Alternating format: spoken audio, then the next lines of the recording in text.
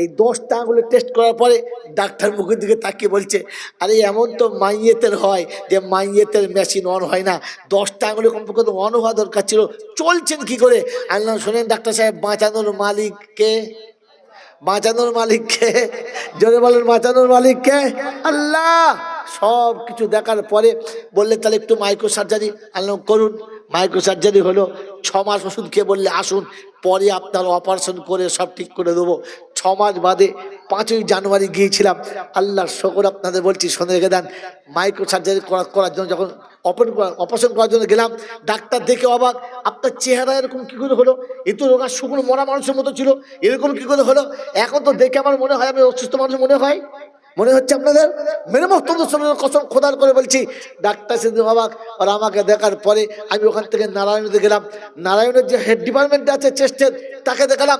সেও আর দুই একসঙ্গে বললে যে আপনার ওখানে অপারেশন করার কোনো দরকার নেই, ভেতরে কিচ্ছু নেই, ওষুধ একেবারে বন্ধ, শুধু সুগারের ওষুধটা একটু খাবেন আর রাতটা জাগবেন না, একটু রাত কম জাগবেন। আমাদের আশা এ রোগ আপনাকে আর কখনো স্পর্শ করবে না। বলুন সুবহানাল্লাহ। ওই বাঁচানোর মালিক কে? মোহতরম দোস্তর বুজুর্গ, এতিমের হক ঠকাবেন না, মিসকিনের হক ঠকাবেন না, গরিবের হক ঠকাবেন না। খোদা কলিজা কেটে শোধ করে নেবেন, নেকি একটাও পাবেন না। এই জন্য বলে দিয়ে চলে গেলাম আপনার সামনে।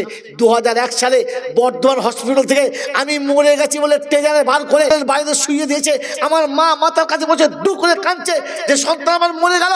মরা ছেলে মা কাঁদছে, ডাক্তার ডেথ সার্টিফিকেট লিখতে চলে গেছে, খাতা বার হয়ে শুরু হয়ে গেছে। তারপরে আমি নড়ে গেছি, মা কেঁদে ছুটে গিয়ে বলেছে, আমার জ্যান্ত ছেলেটাকে আপনারা মেরে দিলেন, ওই তো আমার ছেলে লড়ছে। এখনো লড়ছি না? যদি বলেন। মা কবরে চলে মাটি হয়ে গেল, আব্বা কবরে গিয়ে মাটি হয়ে গেল। যারা আমাকে কাঁধে করে কবরে শোয়াবে বলে ঠিক করেছিল, তাদেরকে কাঁধে করে কবরে রেখে দিয়ে চলে আবার বলে এলাম, মা আমাকে তুমি বলছিলে মরে গেছে, তুমি চলে গেলে তো। মেরে মহতম দোস্তর বুজুর্গ, আল্লাহওয়ালা ভাইরা, এই হায়াত ও মৌতের মালিক কে? জোরে বলেন কে?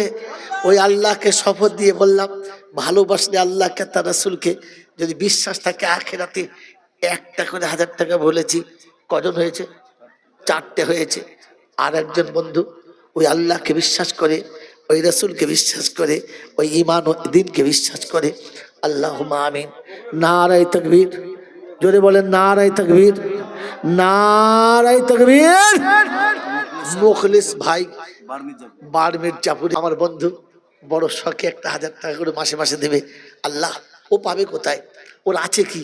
ও দেওয়ার ক্ষমতা কোথায়? কিন্তু তুমি যদি ক্ষমতা দেয়, ওকে আটকায় কে? ওকে বাধা দেয় কে? ওর বাধা দেওয়ার ক্ষমতা আছে কার? তো আল্লাহর কাছে দোয়া চাই, আল্লাহ তুমি ক্ষমতা দিও গো খোদা মুখলিস ভাই রে, আর 1000 টাকা মাসে দান করে নবীর ঘরে। তুমি যে ক্ষমতার মালিক অসীম রব্বানা, তোমার কাছে ভিক্ষা চাইছি, ফিরাইয়ে দিও না। সকলের জন্য খোদা দোয়া করি আমি, সুখের জীবন তারা পাই যেন গো স্বামী। ইজ্জত সম্মান দিও এই দুনিয়াতে, আরো সম্মান দিও খোদা রোজ কিয়ামতে। সকলে আল্লাহুম্মা আমিন। নারায়ে তাকবীর। বলেন বন্ধু, ইনশাআল্লাহ আপনাকে সারা বছর 2000 দিতে হবে না, মাসে জীবনে একবার 2000 টাকা কে কে দেবেন বলেন? 2000 টাকা, 10,000 নয়, 20,000 নয়, 5,000 নয়,